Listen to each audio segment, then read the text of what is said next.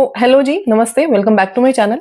आई hope आप अच्छे होंगे, अपना ख्याल अच्छे से रख रहे होंगे। तो आज की ये जो वीडियो है ना, इसकी मैं शुरुआत करने वाली हूँ एक क्वेश्चन के साथ जो मुझे एक सब्सक्राइबर ने भेजा है, जिनका कि नाम है क्रिकेट युक्ति। अब ये क्या लिखते हैं? ये लिखते हैं कि मैं 30 साल का हो चुका हूँ, लेकिन मैं अभी कुछ अर्न नहीं कर रहा हूँ। पिछले 1 ईयर पहले तो मैं अर्न करता था, लेकिन मैं जो है, मैं ऑनलाइन वर्क में काम करता हूँ, एसईओ फील्ड में। बट अभी ज़ीरो इनकम पर हूँ। लेकिन प्रॉब्लम जो है वो शादी का है कि इस सिचुएशन में ना मुझे शादी करनी चाहिए या फिर जो ये वाला डिसीजन है ये मुझे 1 साल के लिए पोस्टपोन कर देना चाहिए। मुझे जो है जॉब नहीं करनी है, मुझे अपना ही काम करना है। प्लीज़ मुझे गाइड कीजिए कि मैं क्या करूँ? तो किसी भी प्रॉब्लम के ना एन नंबर ऑफ सॉल्यूशन हो सकते हैं, मतलब बहुत सारे सॉल्यूशन हो सकते हैं। लेकिन एक चीज़ होती है जिसको हम बोलते हैं कि आइडल सॉल्यूशन क्या है? मतलब आइडली अगर आप इस सिचुएशन में हो, तो हमें क्या करना चाहिए? अब यहाँ पे ना आपने एक पॉइंट मिस कर दिया, वो ये कि आपने ये मेंशन नहीं किया कि क्या आपके पास पहले से कोई सेविंग आपकी है? मतलब जैसे कि आपने लिखा कि 1 साल पहले तक आप अर्न कर रहे थे। तो क्या आपके पास कोई सेविंग है या नहीं है? क्योंकि ये जो सेविंग वाला पॉइंट है ना, ये भी बहुत ज़्यादा इन्फ्लुएंस करेगा आपके इस शादी वाले फैसले को। तो यहाँ पे अगर ना मैं ये एज़्यूम करके चलूँ कि आपके पास कोई ख़ास सेविंग भी नहीं है, तो इस केस में आपको शादी जो है वो अभी बिल्कुल भी नहीं करनी चाहिए। आपको पोस्टपोन जो है वो कर देनी चाहिए टिल द टाइम आपको ऐसा लगे कि अब आप फाइनेंशियली इंडिपेंडेंट हो गए हो, उसी के बाद आपको इस बारे में ना सोचना चाहिए। देखो होता क्या है ना हमारे इस देश में कि हम हर चीज़ को एक टारगेट की तरह लेके चलते हैं, कि जब हम स्कूल में होते हैं तो हमारे पास ये टारगेट है कि भई तुम्हें 10th और 12th में जो है ना वो अच्छे नंबर स्कोर करने हैं, वरना तुम्हें अच्छे कॉलेज में एडमिशन नहीं मिलेगा। अब जब हमें अच्छे कॉलेज में एडमिशन मिल जाता है, हम अपनी कॉलेज की पढ़ाई जो है वो कर लेते हैं।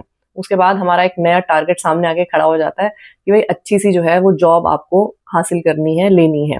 जब वो टारगेट आपका पूरा हो जाता है तो फिर एक अगला टारगेट आपके सामने खड़ा हो जाता है कि अब जो है वो शादी करनी है।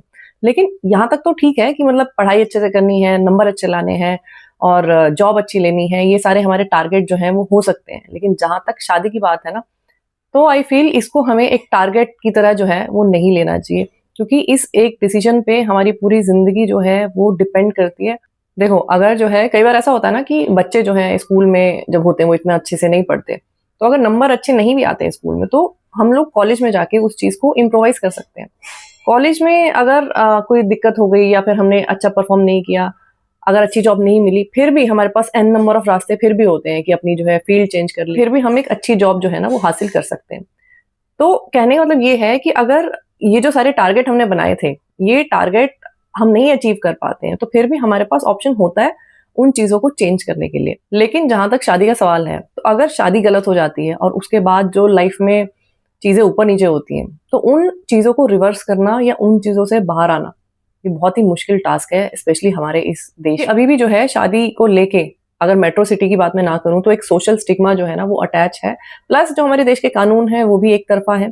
तो ये अगर डिसीज़न आपका गलत हो जाता है, तो फिर इस डिसीज़न पे जो है वो आपकी आने वाली जो पूरी ज़िंदगी है, वो निर्धारित होती है और जैसे कि मैंने पहले बोला था कि फिर इन सब चीज़ों से बाहर निकलना बहुत ज़्यादा मुश्किल हो जाता है। लेकिन आपकी जो ये सिचुएशन है ना, इसमें एक एक्सेप्शनल केस जो है वो हो सकता है। जैसे कि हम किसी भी चीज़ को ना लाइफ़ में ही नहीं बोल सकते कि भई 100% जो है ना वो यही करना चाहिए या 100% ये नहीं ही करना चाहिए। हमेशा कोई छोटा-सा जो क्लॉज़ है वो हो सकता है हर एक की सिचुएशन में, हर एक की लाइफ़ में। तो आपके इस केस में अगर आपको कोई ऐसी लड़की मिल सकती है या मिल जाए, जो कि आपकी ये जो सिचुएशन है इसको समझे and at the same time आपको वो एक इमोशनल सपोर्ट दे सके और अगर वो जॉब करती है, तो थोड़े टाइम के लिए वो आपको फाइनेंशियल सपोर्ट भी दे सके, तो फिर आप बेशक शादी करने के बारे में सोच सकते हो। लेकिन ये जो चीज़ है ना, ये थोड़ी-सी कॉम्प्लिकेटेड होती है। और कोई भी आपको इमोशनल या फिर फाइनेंशियल सपोर्ट जो है ना, वो तभी देगा जब वो सचमुच में आपसे अटैच होगा। और इस चीज़ का जो फैसला है, वो आप ही कर सकते हो जब आप किसी से मिलो और किसी के साथ थोड़ा-सा टाइम बिताओ। उसके बाद ही आप समझ सकते हो कि हाँ, ये इंसान जो है सचमुच में जेनुइनली मुझे जो सपोर्ट चाहिए इस टाइम पे, वो ये सपोर्ट मुझे दे सकता है, चाहे फिर वो इमोशनल है, चाहे फिर वो फाइनेंशियल है।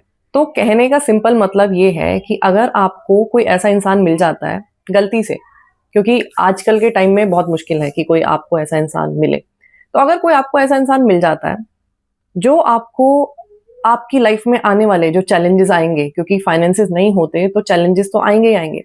तो अगर वो इंसान आपके उन चैलेंजेस में आपके साथ खड़ा हो सकता है। और अगर आपको ये विश्वास है कि हाँ, आपको ऐसा लग रहा है कि आपको वो इंसान मिल गया है, तो डेफ़िनेटली आप जा सकते हो इस चीज़ में आगे।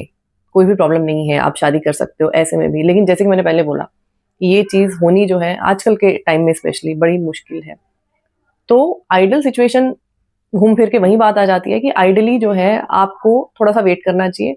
अपने पैरों पे जो है ना वो खड़ा होना चाहिए। आपके पास एक थोड़ी बहुत सेविंग होनी चाहिए और उसी के बाद आप ये जो शादी का जो फ़ैसला है ना ये आपको लेना चाहिए।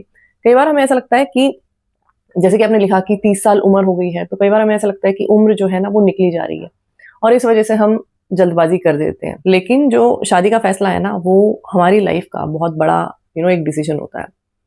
तो इसलिए ये वाला जो डिसीज़न है ना, इसमें आपको बिल्कुल भी ये डरने की ज़रूरत नहीं है कि उम्र निकल जाएगी या फिर आगे पता नहीं मेरी शादी होगी या नहीं होगी, ये सारी चीज़ें आपको जो है ना बिल्कुल भी सोचने की ज़रूरत नहीं है। आप अभी सिर्फ़ और सिर्फ़ अपनी फाइनेंशियल जो सिचुएशन है, उसको इम्प्रूव करने पे सारा का सारा फ़ोकस करो और उसके बाद जो है, जब आपकी फाइनेंशियल सिचुएशन जो आपको ऐसा लगे कि भई हाँ, अब ठीक हो गई है, तो उसके बाद बाकी की ये जो चीज़ें हैं ना, वो भी ऑटोमैटिकली इवेंचुअली ठीक हो ही जाती हैं। तो आज की वीडियो में इतना ही। वीडियो अगर आपको अच्छा लगा है तो लाइक और शेयर करना। चैनल पे अगर पहली बार आए हो तो सब्सक्राइब करना बिल्कुल मत भूलना। मैं आपसे फिर मिलूँगी एक नई वीडियो के साथ। तब तक अपना ख्याल रखिए। Lots of love to you. Take care. Bye bye.